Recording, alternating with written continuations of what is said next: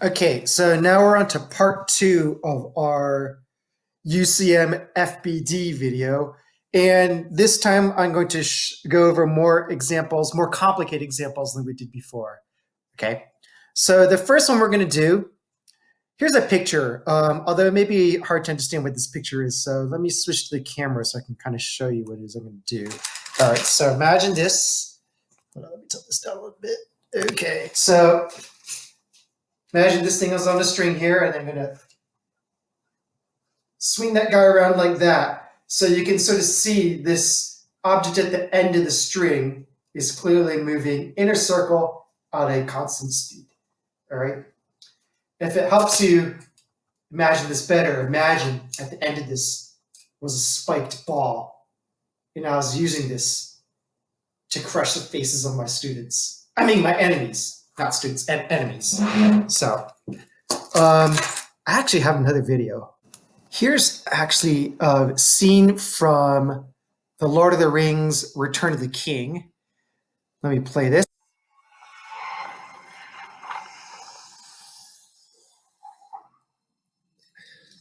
There it is. Yes.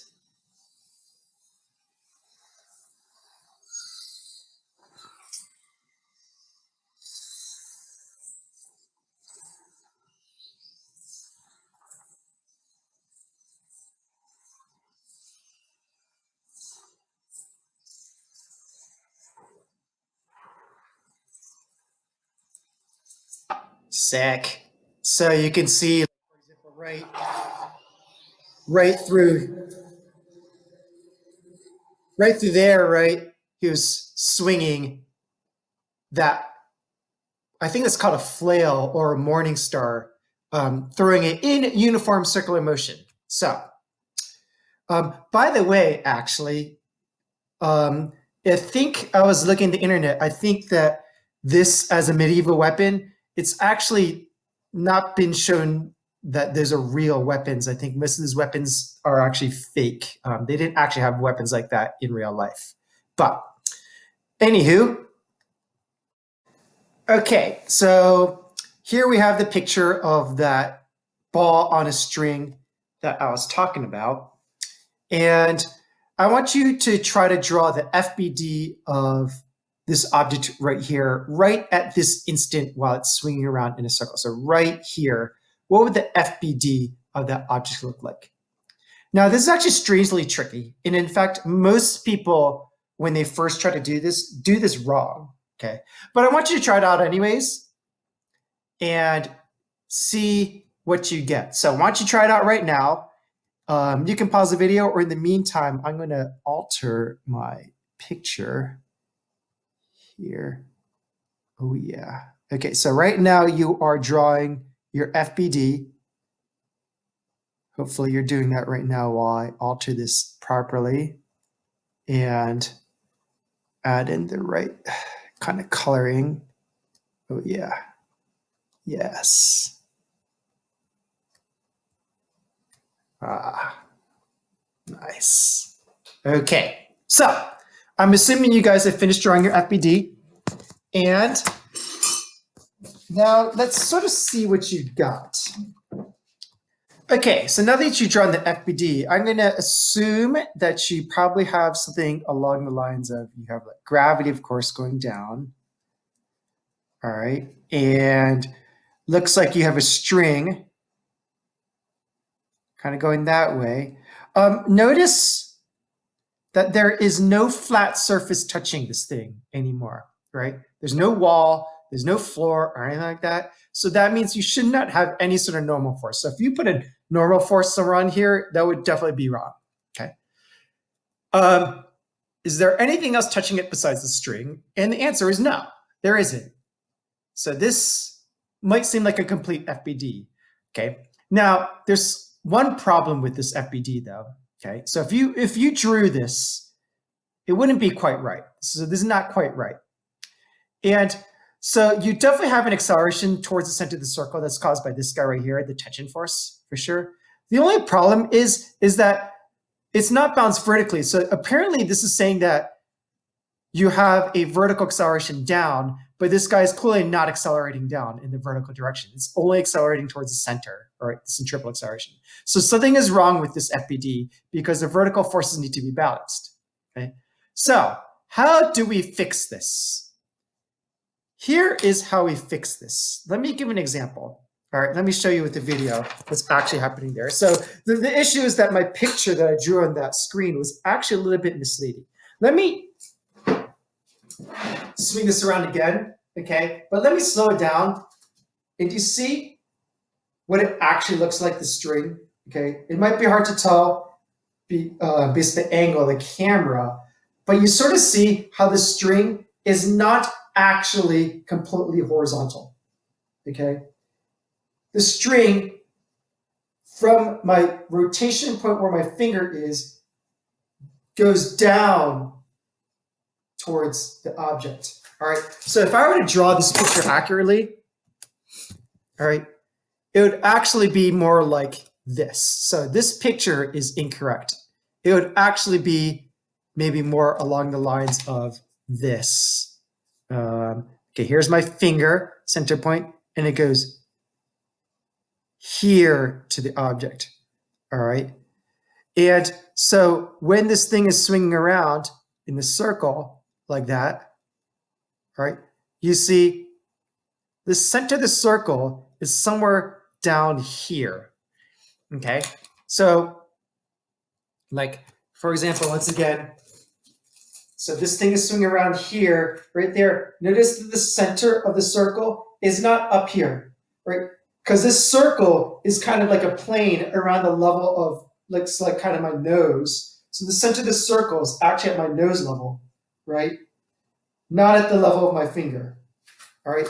If the whole string is tilted down the entire way. So you can sort of see, here's where my finger is, okay? But this thing is swinging this plane, so the center of the circle it travels is down here. So when you draw your FBD then, okay, it would actually look a little bit more like this, right?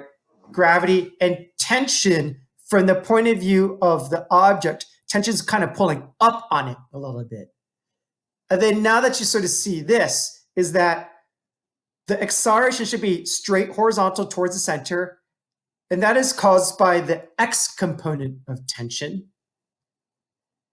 And it has to go up a little bit because the y component of that tension is what's canceling out gravity. All right, so that's how this works. Sorry, so it's now balanced vertically, and you have the horizontal component of tension that is causing the centripetal acceleration.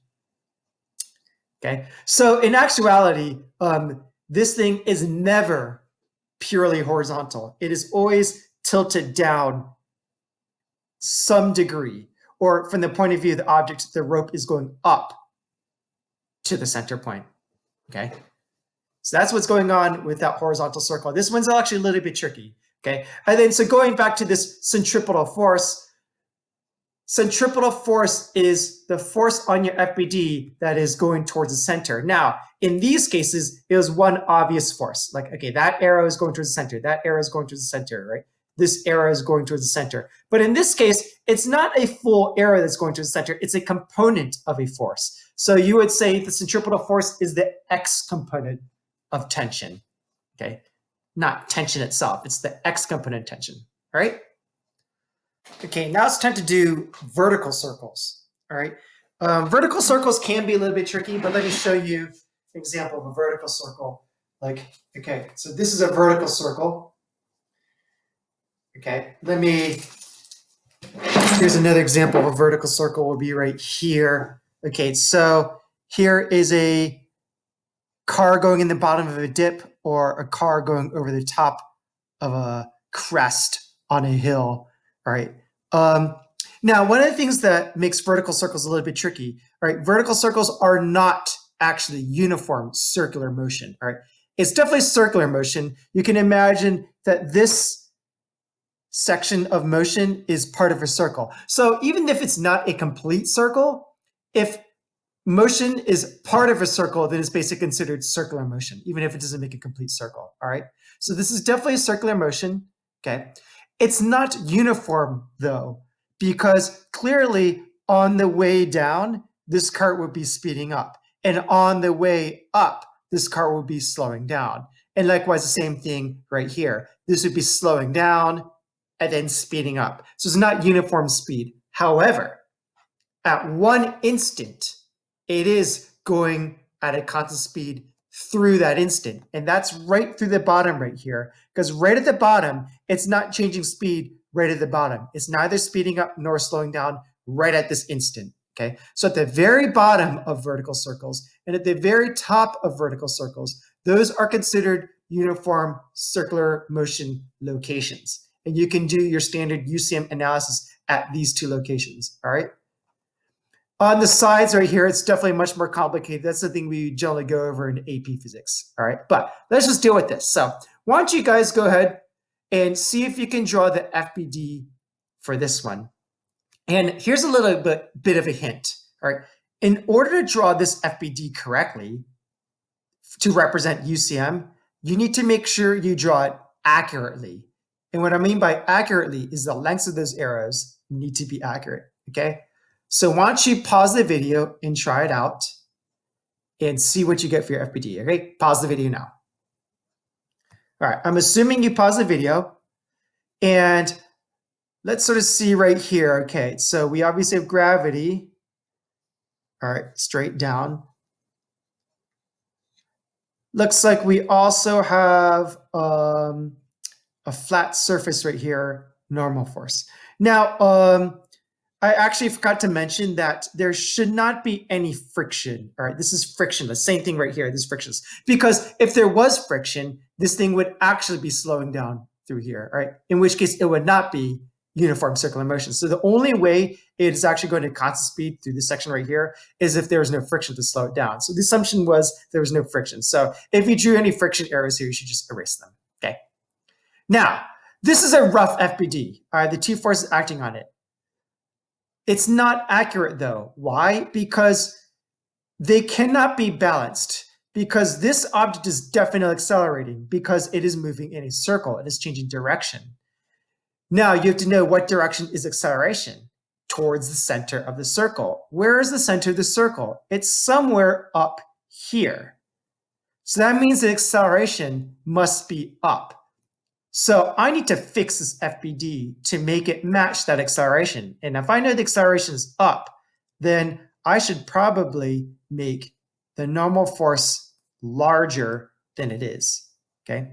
Now, if you recall, whoops, maybe you might be tempted to make the gravity arrow smaller, and the end result would be the same. But I generally like to sort of think of it as the gravity never changes. It's the normal force that changes to give you the acceleration you need, right? So I'm going to keep the gravity arrow the same size and just make the normal force bigger, okay?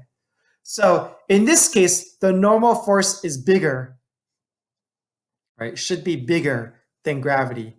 And another way you could sort of think of it, why this makes sense, is that as this car is coasting through here, it's like the road is pushing up on it more to cause it to bend up with it, right? To cause this car, because otherwise this car wants to go straight by itself, all right, like that in a straight line. And this road is pushing it up into its turn. So that road is causing the normal force to push it up, like greater than it would be just to go straight, okay? So that's the normal force. So why don't you guys go ahead and try this one then, okay? And draw an accurate FBD. And if you didn't get this, but now understand this, I'm assuming you probably understand how to draw this one perfectly. All right, so why don't you go ahead and pause the video and try to draw this one and see what you get. Okay, I'm assuming you pause the video. And this should be very similar. I'm going to draw gravity again, and I'm going to make gravity the exact same length that it was before, right? Because assuming it has the same mass, it's going to have the same gravity, okay? I mean, still only normal force too as well, except that hopefully you guys recognize that this time, because the center of the circle is somewhere below this object, the acceleration has to be down. And the only way to make the acceleration down is have the normal force smaller than gravity. All right, so in this case, normal force would be smaller than gravity, and that's what's causing the acceleration down. okay? I'm going to throw in another little bit of tidbit about this normal force being larger or smaller than gravity. You may or may not remember this, but I mentioned last semester that normal force is your body's own sensation of weight. Like how heavy you feel is not actually the weight itself, weight being gravity, okay? But what you feel, what your brain interprets as weight is the normal force, okay? So in this case, where you're going in the bottom of the dip, the fact that normal force is larger than your weight means that your brain senses you feeling heavier than normal here. Okay, so which is why, like in a roller coaster, when you're riding a roller coaster, when you go in the bottom of the dip, you feel like really heavy. You feel like you're just sinking into your seat, super heavy. And then likewise, when you go over the top of the roller, you feel lighter than normal, which and it almost feels like you're kind of flying out of your seat there. This is kind of like, you know, if you're driving down the road and you see a rise and you ever like, you kind of like speed up a little bit to get that sensation where you go over the top of the rise and it feels like kind of cool when you go over the top. This is that sensation of feeling lighter than you normally would because the normal force is smaller than gravity, okay?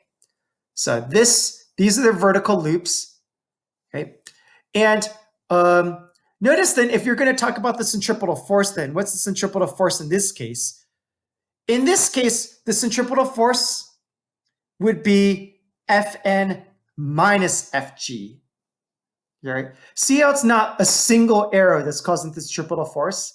It's a combination of these two, or the fact that Fn being bigger than Fg, so Fn minus Fg, that is causing the centripetal force. And over here, it would be Fg minus Fn that's causing the centripetal force, okay? So here we sort of see some scenarios. Okay, it's one arrow causing the centripetal force, all right?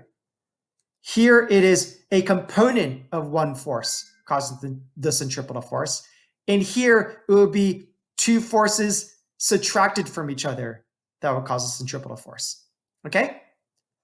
So let's go to the very last one.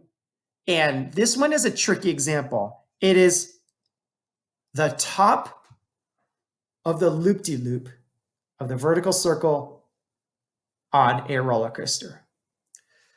So I want you to try the FBD of this one.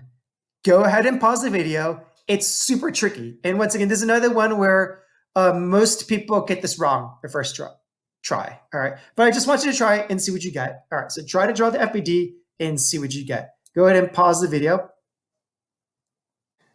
Okay. So I'm assuming the pause the video and you've tried the FBD. Okay. So clearly you have gravity pointing straight down because we always have gravity. Looks like there's a track touching it. Normal force. Now, a lot of people will mess up this normal force, okay? And notice the top of this track is acting like a ceiling. And if you were to look up at your ceiling right now, so you look up at your ceiling right now, and flat surfaces cannot pull away from themselves. So like that ceiling can't pull up on anything, okay?